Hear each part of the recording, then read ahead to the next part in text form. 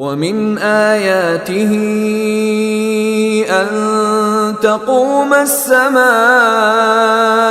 وَالْأَرْضُ بِأَمْرِهِ ثُمَّ إِذَا دَعَاكُمْ دَعْوَةً مِّنَ الْأَرْضِ إِذَا أَنْتُمْ تَخْرُجُونَ۔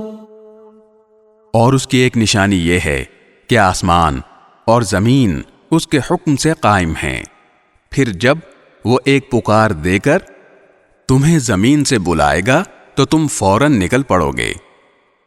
وَلَهُ مَن فِي السَّمَاوَاتِ وَالْأَرْضِ كُلٌّ لَّهُ قَانِتُونَ۔ اور آسمانوں اور زمین میں جو بھی ہیں سب اسی کی ملکیت ہیں، سب اسی کے حکم کے تابع ہیں۔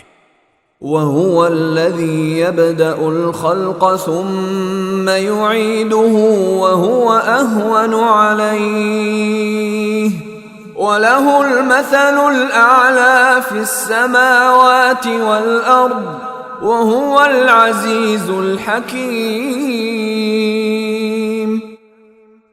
اور وہی ہے جو مخلوق کی ابتدا کرتا ہے پھر اسے دوبارہ پیدا کرے گا، اور یہ کام اس کے لیے بہت آسان ہے، اور اسی کی سب سے اونچی شان ہے، آسمانوں میں بھی اور زمین میں بھی، اور وہی ہے جو اقتدار والا بھی ہے، حکمت والا بھی۔